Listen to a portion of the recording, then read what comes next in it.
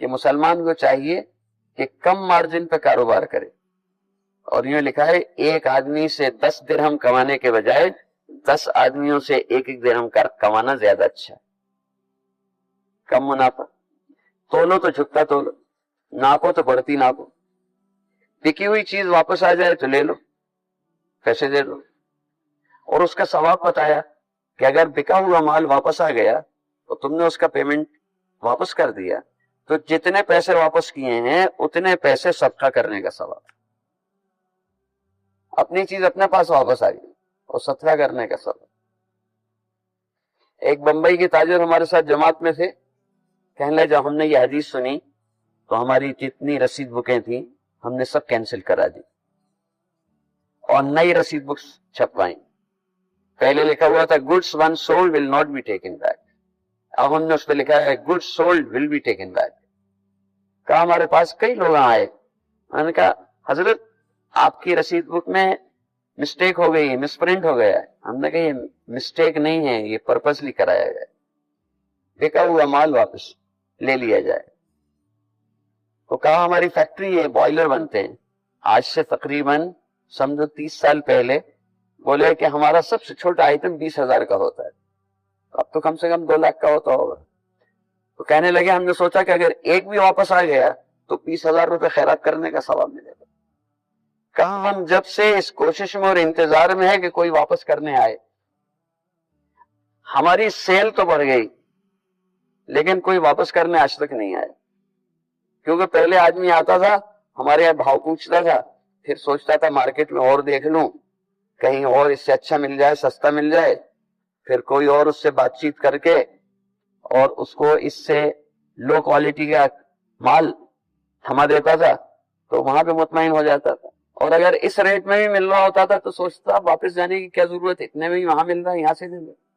کہا اب آدمی آتا ہے تو کانفیڈنس کے ساتھ آتا ہے، کہتا ہے اگر کہیں اس سے اچھا مل گیا یا سستا مل گیا تو واپس کر دیں. پہلے جو لے جاتا ہے واپس نہیں آتا. ہمارا اللہ نے اس نیت کی برکت سے ہمارا کاروبار بڑھا دیا. تو یہ 8 جو تھے انہوں نے جا کے دکانیں کھولی اور انہوں نے وہاں کاروبار کیا اسلامی اصولوں کے حساب سے.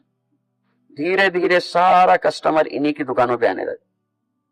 اور جو لوکل ٹریڈرز تھے وہ ہاتھ پہ ہاتھ رکھ کے مکھی مار رہے، دن بھر بیٹھے ہوئے، کسٹمر نہیں آ رہے.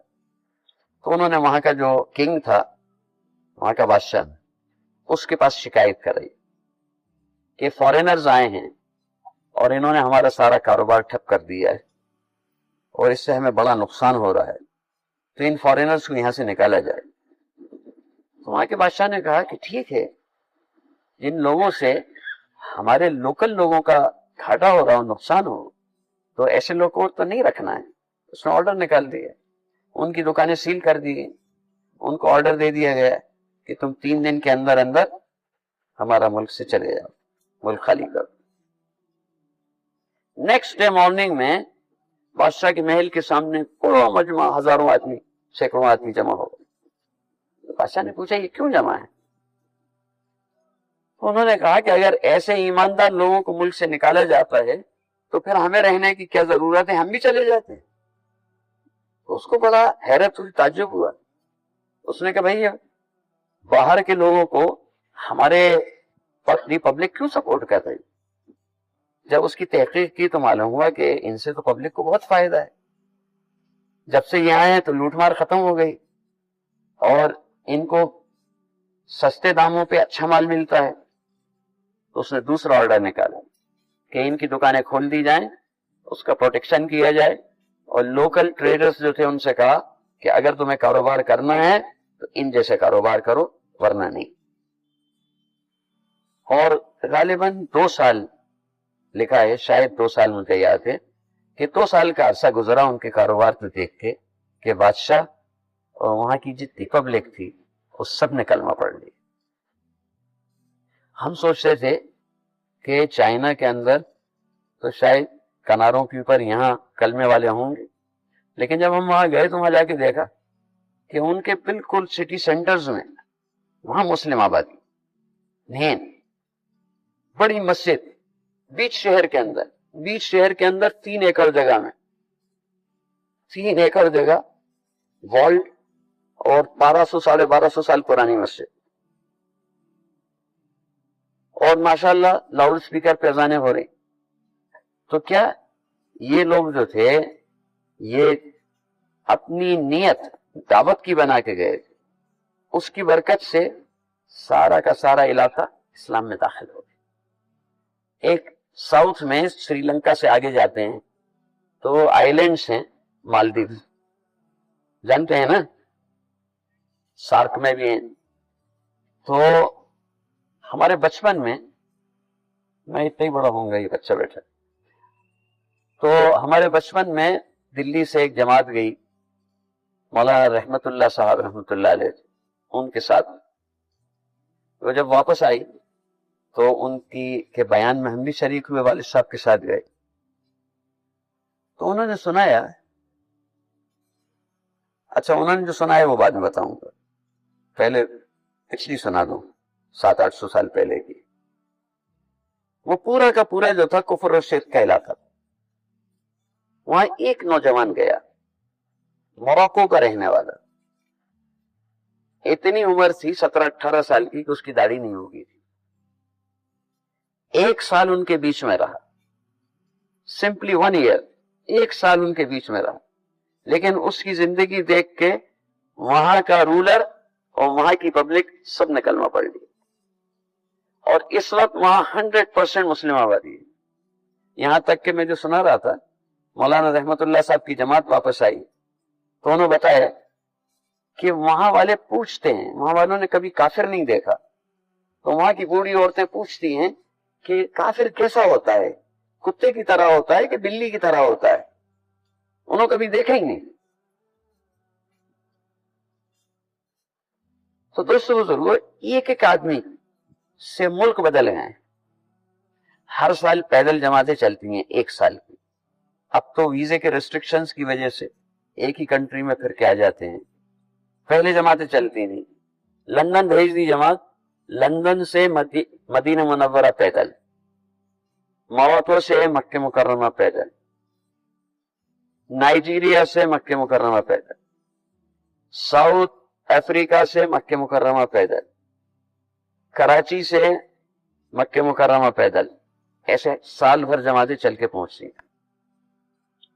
ایک جماعت تھی جو لندن سے مدینہ منورہ پیدل آ رہی، فرانس میں سے ایک شہر میں سے وہ لوگ گزر رہے. تو وہاں ایک بوڑھے آدمی 60-65 سال کے، وہ آ کے ان کے ساتھ شریک ہو گئے. انگریز فرینچ آ کے شریک ہو گئے. یہ لوگ تعلیم کر رہے تھے یا نماز پڑھ رہے تھے. جب یہ اپنے عمل سے فارغ ہوئے، کہا تم کون لوگ ہو؟ کہا مسلمان ہیں. کہا میرے کو بھی مسلمان بنا لو. کہ دیکھیے مسلمان ہونا بہت اچھی بات ہے، لیکن مسلمان ہو کے آج آپ کو کوئی چیز اچھی لگی تو آپ مسلمان ہو گئے، کل کوئی چیز آپ کو اچھی نہیں لگی تو آپ پھر گئے، واپس ہو گئے. تو مسلمان ہو کے اسلام چھوڑنا یہ بہت بری بات ہے. اس لیے آپ جلدی نہیں کریں، 3 دن ہمارے ساتھ رہیں، پھر اس کے بعد آپ کا دل بولے تو آپ کلمہ پڑھ لینا. انہوں نے کہا اچھا. 3 دن وہ ساتھ رہے. 3 دن کے بعد بولے کہ اب تو تم لوگوں کی شرط پوری ہو گئی، اب مجھے اسلام میں داخل کرو. کہا ان کو غسل کرایا، کلمہ پڑھایا، 2 رکعت نماز پڑھائی، نام رکھا، عبد المجید ان کا نام رکھا گیا. اور وہ پھر 15-20 دن 25 دن ان لوگ کے ساتھ رہے، سب چیز سیکھتے رہے. ہاں انہوں نے کہا کہ تم لوگ مجھے جانتے نہیں ہو؟ کہ جی ہاں نہیں جانتے. کہا جس ٹاؤن میں سے تم نکل کے آئے ہو میں وہاں کا آرچ بشپ ہوں، بڑے پادری، اور میں نے ریلیجنز کی بڑی اسٹڈی کی، اور اس میں میں نے اسلام کی بھی اسٹڈی کی. جب میں نے اسلام کو پڑھا تو مجھے لگا کہ یہ سب سے اچھا مذہب ہے، اور میں نے ارادہ کیا کہ میں مسلمان ہو جاؤں. لیکن پھر میں نے کہا کہ پہلے میں یہاں کے مسلمانوں کو دیکھ لوں. تو پیرس کی 40 لاکھ آبادی میں سے 10 لاکھ کلمے والے، کہا میں نے جب ان کی طرف دیکھا تو ان میں اور ہمارے لوگوں میں کوئی ڈفرنس نہیں پایا. جیسے وہ صبح کو جاب پہ جاتے ایسے یہ جاب پہ جاتے، جیسے شام کو یہ باہر ریسٹورینٹس پہ یا کلبس میں جاتے ایسے یہ جاتے، جیسے ان کے مردوں کے پہناوے ہمارے مردوں کے ایسے ان کے، جیسے ہماری عورتوں کے ایسے ان کی عورتوں کے. وہ ڈانس کرنے جاتے یہ ڈانس کرنے جاتے. کہا کوئی ڈفرنس نہیں ملا. تو میں نے اپنے دل میں کہا اسلام بڑا اچھا مذہب تھا، افسوس کی دنیا سے ختم ہو گیا. کہا لیکن جب تم لوگ کو میں نے گزرتے ہوئے دیکھا تو تمہارے اندر ریئل اسلام کی ایک جھلک نظر آئی. اس نے مجھے اٹریکٹ کر لیا، پل کر لیا، اور اس کی وجہ سے میں ایمان میں اسلام میں داخل ہوا. پھر وہ رہے ان کے ساتھ 20-25 دن، پھر واپس چلے گئے. جب یہ وہاں سے سوئٹزرلینڈ یا جرمنی کسی ملک میں داخل ہوئے تو وہ واپس چلے گئے. جب یہ 10 مہینے کے بعد مدینہ منورہ پہنچے تو مدینہ کا ایڈریس انہوں نے لے رکھا تھا. مدینہ شریف میں ان کا لیٹر ملا، اس میں انہوں نے لکھا تھا جب میں واپس آیا تو میں نے یہاں لوگوں سے ان کے گھروں پہ جا کے ملاقات کری، بات چیت کری، اور بہت ریسپیکٹڈ آدمی تھے. مطلب ریلیجیس پرسنس میں سب سے اونچے لیول کے آدمی تھے، تو لوگ ان سے بہت ادب کرتے تھے، احترام کرتے. تو میں نے لوگوں سے ان کے گھر میں آ کے بات کری. تو اللہ کا شکر ہے جس نے میرے ذریعے سے 14 فیملیز کو ایمان اسلام کی ہدایت دے دی. اور اب ہم نے ایک مکان لیا ہے جس کو مسجد مصلی میں کنورٹ کیا ہے. اس میں 5 وقت کی اذان ہوتی ہے اور 5 وقت جماعت سے نماز ہوتی ہے، اور ان 14 گھروں کے بچے وہاں قرآن پڑھنے کے لیے آتے ہیں. تو دیکھو کچھ نہیں کرنا پڑا، نہ کوئی اسلام پھیلانے کی کوشش کرنی پڑی، نہ مسجد بنانے کی کوشش کرنی پڑی، نہ مدرسہ قائم کرنے کی کوشش کرنی پڑی. صرف ایک پریکٹیکل ریئل اسلام کی جھلک گزرتی ہوئی نظر آئی، اور یہ سب کچھ جو تھا وہ آٹومیٹک ہوتا چلا گیا. فرانس کی جماعت آئی، ہم اس جماعت کے ساتھ نصرت میں تھے. ہم نے ان سے پوچھا کہ جی ہم نے ایسا ایسا قصہ سنا تھا، کیا یہ ریئل ہے، فیکٹ کیا ہے؟ تو انہوں نے بتایا ہاں اس شہر کا نام لومو ہے اور ان کا نام عبد المجید تھا، اور ان کا ایک پلاٹ ایک شہر کے اندر بڑا سا زمین کا ٹکڑا ان کا تھا. جب وہ مشرف اسلام ہوئے یہاں واپس آئے تو وہ انہوں نے وقف کیا اور اس کے اوپر ایک بڑی مسجد بنی. اور ہم اس مسجد میں ابھی انڈیا آتے وقت ایک رات اس مسجد میں قیام کر کے آئے. وہ کہا کرتے تھے کتنے خوش قسمت ہوتے ہیں وہ لوگ جو مسلمانوں کے ملک میں پیدا ہوں اور وہاں ان کا انتقال ہو اور مسلمانوں کے قبرستان میں دفن ہو. کیونکہ فارن کنٹریز میں اکثر جگہ ہم نے دیکھا یہاں تک کی خبریں جو ہیں وہ جوس کی ہیں، یہاں سے یہاں تک کی خبریں کرسچنس کی ہیں، اس سے لگی یہاں کی خبریں جو ہیں مسلمانوں کی. ریکنسٹرکشن آف امہ تو 5 جگہ مکس ہیں. تو وہ کہتے تھے کتنے خوش قسمت ہوتے ہیں وہ لوگ جو بلاد اسلام میں پیدا ہوں اور بلاد اسلام میں مریں اور مسلمانوں کے قبرستان میں دفن. تو کہا انہوں موراکو گئے ہوئے تھے، وہیں ان کا انتقال ہوا اور وہیں کے قبرستان میں دفن ہو گئے. کہا کچھ لوگوں نے ان سے ان کی زندگی میں اپروچ کیا کہ ہم یہاں فرینچ لوگوں کے اندر اسلام کی تبلیغ کیسے کریں. انہوں نے کہا دیکھو یہ لوگ جو ہیں بڑے اسٹوڈیس لوگ ہیں اور ریڈنگ کی ان کے اندر بڑی ہیبٹ ہے، ہابی ہے ان کی ریڈنگ. تو یہ ریلیجنس کو بھی پڑھتے ہیں. تو جس سے تم بات کرو گے نا ہو سکتا ہے کہ تم سے زیادہ اسلام کی معلومات اس کے پاس، تو تمہاری ہر بات کا اس کے پاس جواب ہوگا اور تم آرگومنٹ میں اسے جیت نہیں پاؤ گے. کہ پھر کہا تم 2 کام کرو. ایک تو یہ کہ مسلمانوں جیسا لباس پہن. سن رہے ہو؟ ہاں، مسلمانوں جیسا لباس پہنو. پھر ان میں سے جس کی نظر تم پہ پڑے گی تو اس کے دماغ میں کیا آئے گا؟ مسلم. تو اس کے کلک کرے گا دماغ. تو جو کچھ اس نے اسلام کے اوپر اسٹڈی کی ہے وہ میموری ریکال ہوگی. اور کیونکہ سامنے کوئی بات نہیں کر رہا تو یہ کسی کو جواب دینے والا نہیں. وہ ساری کی ساری بغیر آرگومنٹ کے اس کے دماغ میں پھرے گی. اس کی وجہ سے اس کے دل میں اس کا اثر پیدا ہو. تو ڈریس لائک مسلمس ہیں. تو انہوں تو بولے تھے ان سے، میں تم سے کہہ رہا کہ ڈریس لائک مسلمس. اس میں عزت سمجھ. اللہ کے نبی اور صحابہ سب سے زیادہ عزت والے ہیں. ان کے طریقے پہ چلنے میں ہمارے لیے عزت، اور غیروں کے طریقے پہ چلنے میں کوئی عزت نہیں ہے، نہ دنیا کی نہ آخرت. حدیثوں میں آتا ہے من تشبہ بقوم فہو منہم، او کما قال علیہ الصلوۃ والسلام، جو کسی قوم کی نقل اختیار کرتا ہے انہی میں گنا جائے گا. تو قیامت کے دن نبی اور صحابہ کی نقل کرنے والوں کے لیے جیسے امید ہے کہ انشاءاللہ انہی کے ساتھ جمع کر دیے جائیں، ایسے ہی غیروں کی نقل کرنے والوں کے ساتھ یہ خطرہ ہے کہ اللہ نہ کرے کل قیامت کے دن ان کے ساتھ نہ کھڑا کر دیا جائے. تو ایک بات تو انہوں یہ بولے کہ ڈریس لائک مسلمس، اور دوسرا کام تم یہ کرو کہ جہاں نماز کا ٹائم ہو جائے اس کا لحاظ رکھتے ہوئے کہ لوگوں کو تکلیف نہیں ہو اور قانون کی خلاف ورزی نہیں ہو، جہاں نماز کا ٹائم ہو جائے وہیں نماز پڑھو.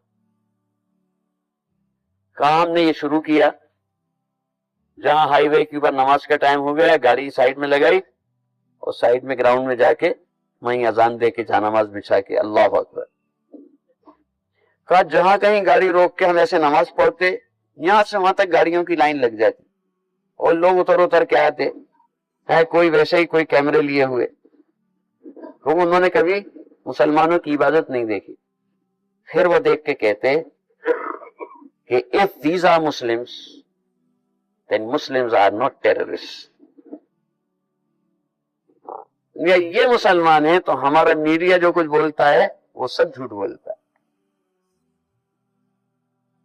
تو دوستو بزرگوں، ہماری زندگی سے اسلام نظر آنا چاہیے. یہ ہے، ہاں، اس کی نیت کر لو انشاءاللہ. ٹھیک ہے؟ اب اس کے لیے دین کی محنت تو ساری زندگی کرنا ہے، لیکن جب تک پڑھائی کے اندر اتنی چھٹی نہیں مل رہی تو جن کا سال کی پڑھائی ہو کے اور ایگزامز کے بعد ویکیشنز آتے ہیں اس میں وہ چلہ لگائیں، اور جہاں چھٹی ایسی مل جائے کہ 3 دن لگ سکتے ہیں یا 2 دن لگ سکتے ہیں تو وہ لگائیں. چھٹی نہیں مل رہی، چھٹی نہیں ہے تو بھائی 2 دن 2.5 دن 1.5 دن کے لیے جائیں. 36 آورز، ایک رات میں گئے، ایک دن رکے، ایک رات رک کے آ گئے، 24 گھنٹے کے لیے جائیں. جہاں سیمسٹرز ہیں وہاں جتنے دن کی چھٹی ملے، جتنا سیمسٹرز کے بیچ میں گیپ آتا ہے، چلے کا مل جائے تو چلہ، مہینے کا مل جائے تو مہینہ، 20 دن ملے تو 20 دن، 10 دن ملے تو 10 دن. لیکن اپنے ٹائم کا بیسٹ یوٹیلائزیشن کرنا ہے. ہمارا ٹائم جو ہے وہ ایسی ضائع نہیں ہو جائے، اس کا خیال رکھنا. اور ایک نیت یہ کر لو کہ انشاءاللہ اسٹڈیز پوری ہوتے ہی کسی بھی جاب میں، بزنس میں، کمائی کی لائن میں جانے سے پہلے 4 مہینے لگا دیں. جو آدمی حج سے پہلے 4 مہینے لگا چکے گا وہ پڑھیا حج کر کے آئے گا. جو شادی سے پہلے 4 مہینے لگا چکے گا وہ شادی کے بعد میاں بن کے رہے گا. نہیں تو خطرہ ہے کہ بیوی کی بیوی نہیں بننا پڑے. جو کسی جاب میں، بزنس میں جانے سے پہلے 4 مہینے لگا دے گا تو اس کو اس کی کمائی، اس کا جاب دین سے، دین کی محنت سے نہیں روک پائے. ہر قسم کی کنڈیشن میں وہاں بھی دین کا کام کر لے. اور نہیں تو آدمی دیکھتا شرماتا ہی رہے گا کہ کیا کروں کیا نہیں کروں، گھر جا کے فضا پڑھ لوں گا نماز. ایک لڑکا آیا میرے پاس، چلو اس کا قصہ پھر سنا دوں. ان کی وجہ سے نہیں، بلکہ مجھے کو خیال آیا کہ شاید تم لوگ تھک جائیں. نہیں تھکیں گے، سنا دوں. ایک ہمارے پاس جگہ ہے سہاگ پور، وہاں ہم گئے. ایک محمد بھائی ہیں، ہم لوگ جا رہے تھے، انہوں نے اپنی وین تیار کی تھی، کہا آپ کے ساتھ میں چاہتا ہوں میری وین بھی 2-4 جگہ تک جائے. ٹھیک ہے. پھر بولے اجتماع آپ کے پاس ہو تو ہماری گاڑی آپ اجتماع کی خدمت میں بھی لگا لیجیے. اوکے. ان کا ایک بیٹا ہمارے یہاں بھوپال میں پڑھتا تھا، اسٹوڈنٹ. گاڑی نہیں تھی لیکن بڑا نیک صورت لڑکا تھا. کبھی ہفتے واری جمعرات کے اجتماع میں آ جاتا، کبھی کبھار 3 دن کے لیے جاتا. ایک دن میرے پاس آیا عشاء کے بعد، کہنے جی آج میں فلاں کمپنی، یہ بات اب سے تقریباً 10 سال پہلے کی، کہا آج میں فلاں کمپنی میں انٹرویو دینے گیا تھا تو میرا آن دا اسپاٹ سلیکشن ہو گیا. 10 سال پہلے تقریباً 35,000 کی تنخواہ بھی تھی اور پرکس ہوں گے. کہا انہوں نے کہا کہ آج سے ہی جوائن کرو. شام میں میٹنگ چل رہی تھی، اس میں مغرب کا ٹائم ہو گیا. تو میں نے کہا سر میں نماز پڑھ کے آتا ہوں. تو جو باس تھا انہوں بولے مسٹر یہ نہیں چلے گا، یہ روز روز کا نہیں چلے گا. ہمارے پاس خان صاحب ہیں، انہوں فرائیڈے جاتے ہیں، اور انصاری صاحب ہیں وہ بھی فرائیڈے جاتے ہیں، یہ ڈیلی کا نہیں چلے. کہا میں بیٹھ گیا. تھوڑی دیر کے بعد مجھے خیال آیا کہ میرا ایمان کمزور ہے، ایسا نہیں کہ میں پھنس جاؤں. کہا میں میٹنگ سے اٹھ لے کے آ گیا اور نماز پڑھ کے عشاء پڑھ کے ابھی آپ کے پاس مغرب عشاء پڑھ کے آیا ہوں، مجھے آپ 4 مہینے کے لیے بھیج دو. میں نے کہا ٹھیک ہے، کب سے جاؤ گے؟ کہا میں آج گھر جاتا ہوں، کل تیاری کر کے برسوں آ جاؤں. ٹھیک ہے. چلا گیا. پھر واپس آیا، اس کو جماعت میں 4 مہینے کی جوڑ دی. 4 مہینے لگا کہ واپس آیا تو ملنے کے لیے آیا. ماشاءاللہ اتنی بڑی داڑھی اس کی، ٹوپی ووپی لگائے ہوئے. تو پہلی نظر میں پہچانا نہیں. اس نے کہا جی آپ نے مجھے پہچانا؟ میں نے کہا یار تمہاری صورت تو پہچانی سی لگ رہی ہے، مگر میں اس کو کلک نہیں کر پا رہا. کہنا میں فلاں ہوں، محمد بھائی کا بیٹا. اچھا تم تو 4 مہینے کے لیے گئے تھے، تو اتنی جلدی ہو گئے 4 مہینے؟ کہ جی ہو 4 مہینے ہو گئے. 4 مہینے واقعی ایسی ذرا میں ہو جاتے ہیں. کبھی آدمی سوچے ہر سال میں 3 مرتبہ 4 مہینے اللہ تعالیٰ دے رہے. ایک بچہ جو 12th تک پڑھتا ہے 12 سال میں 36 4 مہینے 36 4 مہینے وہ 12th کرنے 12ویں کرنے میں لگا دیتا ہے، جس پہ کسی جاب کا کسی چیز کا وعدہ بھی نہیں. اچھے نمبر ہوں، کمپٹیشن میں آ جائے تو کسی ٹیکنیکل انسٹیٹیوٹ میں، کالج میں کسی میں ایڈمیشن ہو جائے، بس اتنا. لیکن 36 4 مہینے 12ویں کرنے میں آدمی لگا سکتا ہے، تو ایک 4 مہینے دین کی محنت کا سرا ہاتھ میں آ جائے، ایمان کی لو دل میں جاگ جائے، اس کے لیے 4 مہینے، ایک سنگل 4 مہینے لگانا کون سی بڑی بات ہے؟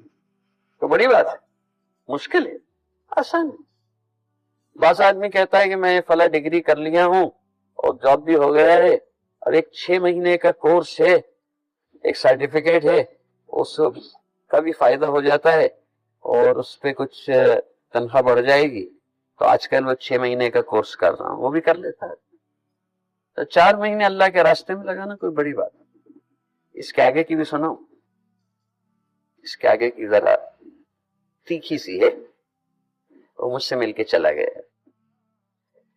15 دن کے بعد اطلاع آئی کہ اس بچے کا انتقال ہو گیا. میں اب بھی ذکر کرتا ہوں تو میرا دل یوں ہوتا ہے. 15 دن کے بعد اس کا انتقال ہو گیا. میں نے سوچا دیکھو اس کی زندگی کے 4.5 مہینے ہی بچے تھے. اگر یہ جاب کرتا تو 1.25 لاکھ 1.5 لاکھ روپیہ جمع کر کے چھوڑ کے چلا جاتا. اللہ تعالیٰ جانتے تھے کہ اس کے 4.5 مہینے بچے ہیں. اللہ پاک نے اس کے 4 مہینے لگوا دیے. اس 4 مہینے میں کون سی تعلیم میں، کون سی تہجد میں، کون سے بیان میں، کون سی دعا میں اس کی آنکھوں سے آنسو نکل آئے ہوں، اور ساری زندگی کے جو کچھ تھا سب کلیئر ہو گیا، واش آؤٹ ہو گیا ہے. اور 15 دن کے اندر کیا بگڑ ہوتا ہے، اللہ نے اپنے پاس بلا لیا. تو دوستو زندگی جو ہے نا، یوں کہتے ہیں لائف از انسرٹن.